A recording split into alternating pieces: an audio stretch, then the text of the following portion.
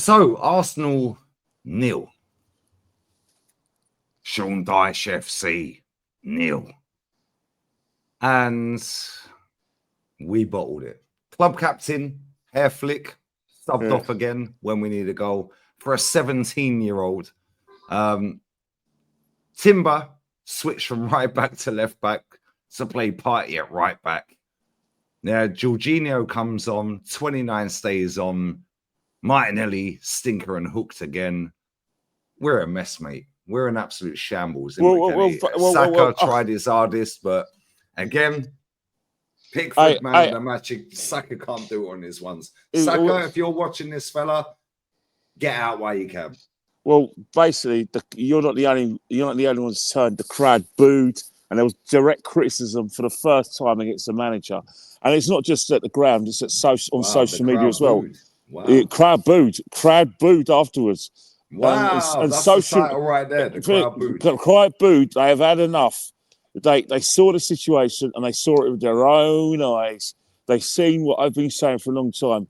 You were proven right about Odegaard. People talked about how great he was and how well he's played this season, how well he's played for us. Yeah, he had a good game against West Ham. Apart from that, he's been absolutely poor, and that's before he got injured. And the things that you mentioned today was the same thing. Mikel, first and foremost, deserves a kicking because he got his midfield wrong. Who knew, eh? Who knew that Rice, Mourinho and Odegaard was going to be a shit midfield? Who knew, eh? Against a team like Everton that not only just put a low block, but a set-piece FC. We all knew what was coming. In fact, one guy went up to me, I won't mention his name, out of respect for him, but he said that if Mourinho wasn't left-footed, would we be having, like I said, praising him and raving about him? No, he would not. I've been saying from time and time again, yes, Declan Rice has been injured. Yes, he's been overplayed. But he is not the man at midfield. Declan Rice has proven to be a £105 million conundrum. We don't know whether he's a number 6 or a number 8. And basically, he'll give you everything you need, endeavour. But when it comes to running midfield, do me a bloody favour. You called me delusional. You called me names. Said, how can you say about Declan Rice? We got him half price. Mate, he's been overpriced because guess what? You spent all that money on a player and you don't know what to do with him. And then you've got Kai Havertz. We have to talk about Kai Havertz. £60 million down the drain. Kai Havertz scores again. No, it's £60 million down the drain. Doesn't matter whether he scores again or not. It is £60 million down the bloody drain. Because at the end of the day, you shoehorned 2 players into this team on the basis that they cost you £170 million. If you're going to spend that money on those players, you have to have an idea of how you want to play. You can't have a situation when you've got a £105 million player and the guy that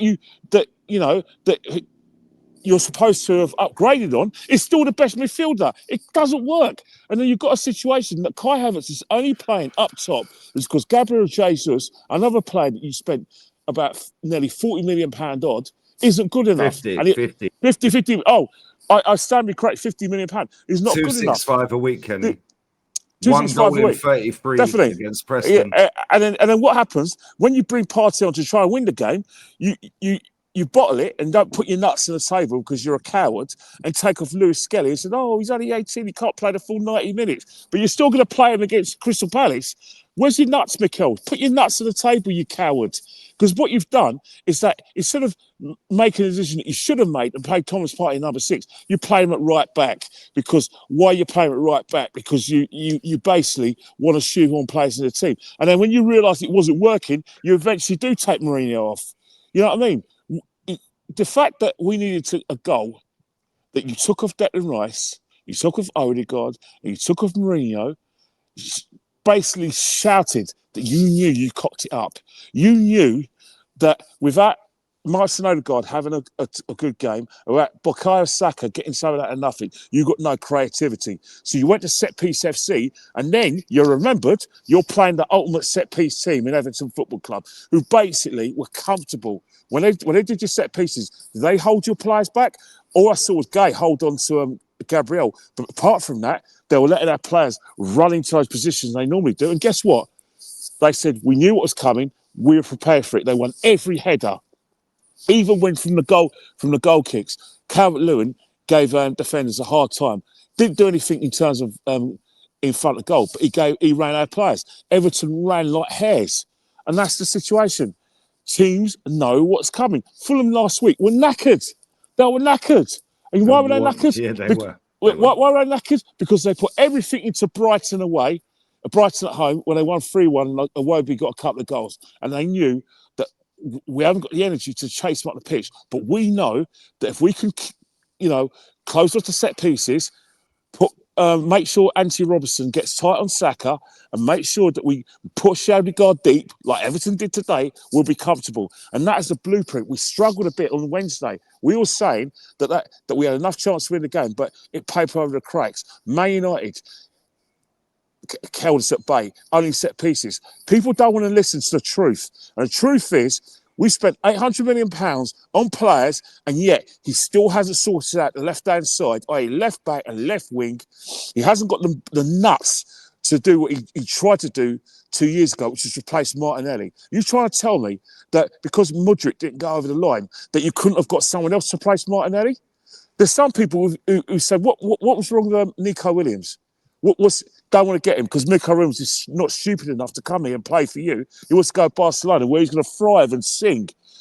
It's a fact of the matter as a Mikel Arteta is just that people said that there's player problems. Of course, there's player problems. You're getting Raheem Sterling into your football club, no matter whether you and I think he's good enough or not good enough. If you're not playing him when Martinelli's blatantly not producing the goods, why did we sign him, Kenny? Why we sign him? Like the thing of Martinelli, what gets me right, and one guy came out with a very, very good footballing analogy. When Saka is on the left-hand side, the onus for Martinelli is not actually to do a Saka job, it's to get in goal-scoring positions, because when Saka gets the ball and there's 2 or 3 players on him, there's space for Martinelli to ghost in and put the ball in there. What's Martinelli done? He's only scored 4 goals this season. That's not good enough. Why is Martinelli hugging the touchline when Saka is taking players out of the play? What are you trying to say? You're waiting for Havertz? Did you notice as well? Saka weren't crossing to Martinelli when he was. Of course, he weren't crossing because Martinelli, because he don't trust him. No one trusts Martinelli. When Martinelli gets the ball in attacking areas, you might as well either read a book, go on your phone, because nothing is going to happen. When you see Jesus coming to the pitch and he's in goal scoring pitches, nothing is going to happen. And that is the whole situation. How can a club like Arsenal Football Club get excited when it comes to set pieces? We used to get excited when we used to play through the lines. We used to get excited when we used to put crosses in the box. We used to get excited when our star players had that je ne sais quoi to create something out of nothing. Now we're getting excited about set pieces. We're trying to go for the league. We're not going to win the league because guess what? Liverpool went down to 10 men. Like I said, went 1-0 down after 11 minutes, and then in the 76th minute, they were 2-1 down at Anfield. But guess what? They came back because guess what? Way. You know why they found a way? Because they got creative players. They've got a proper front line, and they've got midfielders who will take a risk. What's we got at Arsenal? Our front, you got people on podcasts saying our front line's better than Liverpool's. How is it bloody better than Liverpool's when only your front line only consists of Saka? It does not consist of Martinelli, who's crap.